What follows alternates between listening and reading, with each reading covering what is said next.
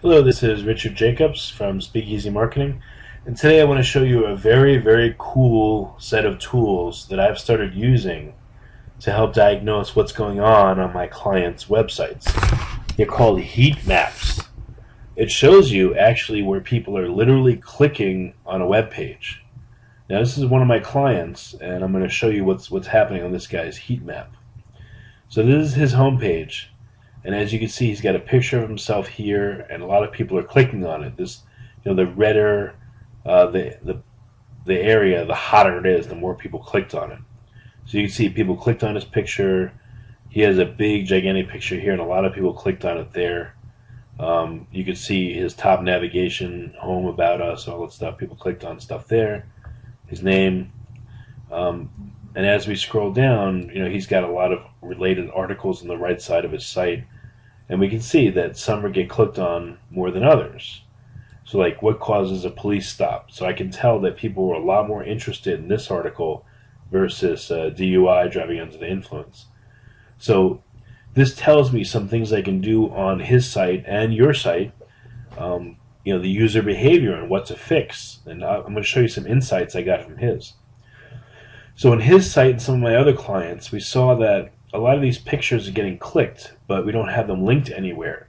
And we realized, why are people clicking on them? Well, I think people are assuming when they're clicking on these pictures, they want to know more about them, go to their profile page. So we changed that, where you click on his pic here and here, it takes it to his attorney profile page. And this started increasing the amount of calls that he's getting because of that. So we were satisfying a user behavior that we previously didn't know about. Another thing here is, for a little while, his phone number was not clickable on a mobile device. When you touched it, it did not load up in the dial screen. So what a person had to do, we realized, is they had this website on their phone.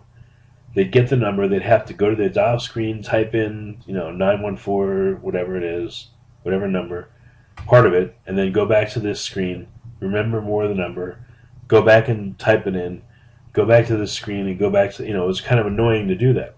So when we made this touchable, where it loads up in the dial screen, again, he started getting a little bit more calls because now it was seamless. We noticed up here there was a bunch of clicks, and there's nothing up here. We were like, what's going on? We realized that we should have his phone number moved up closer to there too, because people are looking for the phone number there and clicking, and nothing's happening. Another thing we saw is that this article has all these bullets, and you can see only one of them was clicked a lot. So this bullet seems to be most important out of all of them. So this needs to be highlighted. Okay. Again, on these articles, you see, like, under DUI defense, this one's the most popular. So we're resorting his articles from most popular to least. We don't have enough data yet, but I can tell you that this one is the most looked at article. So we're going to highlight it and get more people to click on it. Here's another interesting thing. You see how his phone number is here, but his fax number is here? Look at how many more people are clicking on this fax number.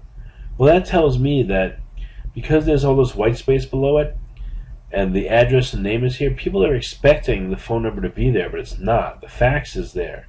Where's the phone number? Well, it seems obvious and ridiculous that it's right here, but on the web, people are distracted, stuff happens fast, you miss stuff right in front of your face. So we switched the fax number and the phone number, because with the phone number here again, a lot more people are just happening to look at it, and that's where that's where we're going to put it to get more engagement. We'll also notice in the bottom of a site, people they'll miss sometimes the middle, and they'll go right to the bottom, and they'll click on related articles if they're on the bottom, and some of these tabs like contact us and everything. So we're finding that the footer of a web page is also important, and that's what heat maps show. So we're starting to offer this to all our clients, and if you're interested, great, let me know. It's not expensive to do. I think it runs about $200 a month, but it'll really give you some insight into what's going on with your site, and it could make a big difference. It could get you 2, 3, 4 more clients a month just by looking at the different pages of your site and seeing their behavior. So if you have any interest in this, I definitely suggest you give me a call, and we can get it set up for you. again, it's not expensive, and it's really cool. I'm going to show you two more reports quickly, and then I'm going to end this video. There's one called Confetti. This shows you the actual clicks instead of just a heat map, where people clicked on.